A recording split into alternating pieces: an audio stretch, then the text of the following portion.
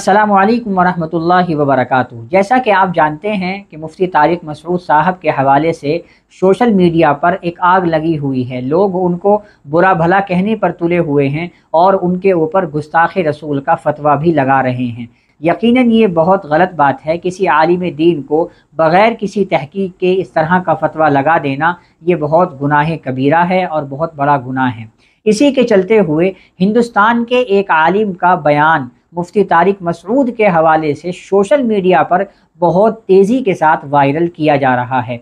तमाम उलमा के लिए उन्होंने अपने बयान में ये कहा है कि जिस इंसान की 40 साल की ज़िंदगी कुरान करीम को पढ़ाने में और नबी की तालीम बताने में और नबी की सीरत बताने में लग गई हो, अगर उस इंसान से अल्फाज के चुनने में कोई गलती हो जाती है तो आवाम सारी 40 साल की मेहनतों पर पानी फेर देती है और उनके ऊपर जो है गुस्ताख़ रसूल का फ़तवा लगा दिया जाता है। यकीनन ये अपने आलिम दीन की कदर नहीं है, बल्कि ये आलिम दीन की तौहीन है। पहले आप उन मौलाना का बयान सुनिए कि जिनका बयान आज कल सोशल मीडिया पर बहुत तेज़ी के साथ वायरल किया जा रहा है। आप बयान सुनिए।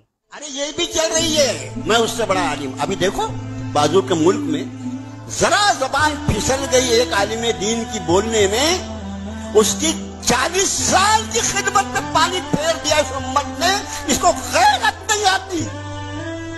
अपने एक आलिम दीन पर तुम ये फतवा लगाते हो कि वो रसूल सल्लल्लाहु अलैहि वसल्लम की इहानत करेगा, उनकी तौहीन करेगा, जिसकी जिंदगी कुरान बताने में गुजर गई, कुरान के काम की तशरीह करने में गुजर गई। तुम कहते हो वो कुरान की तौहीन करता है। सिर्फ इतना हुआ कि सामने वाले से कहने में अल्फाज के इस्तेमाल में गलती हो गई। भाई मैं इतने दिन से यहाँ पर अल्लाह की तौफीक से उसके फजल करम से बोल रहा हूँ, न जाने कितनी बार बोलने में अल्फाज इधर के उधर हो जाते होंगे। अब एक लफ्ज इधर का उधर हो गया और आपने उस पर फतवे जोड़ दिए उठा के, तो ये अल्लाह के यहाँ जवाब देना। तो दोस्तों, जैसा कि आपने इन मौलाना का बयान सुना, उन्होंने कितनी अच्छी बात कही है कि जिस इंसान ने 40 साल की ज़िंदगी अपनी जो है दीन पर लगा दी हो और कुरान की तालीम पर लगा दी हो और हुजूर की सीरत को बयान करने में लगा दी हो, अगर उससे कोई अल्फाज के चुनने में गलती हो जाए तो इस उम्मत ने उनकी सारी मेहनत पर पानी फेर दिया है। यकीनन ये तो बहुत गलत बात है। इसलिए मुफ्ती तारिक मसऊद साहब के वजाहती बयान आ चुके हैं और एक नहीं बल्कि 3 बयान आ चुके हैं और उलमा उनके साथ में खड़े हुए हैं।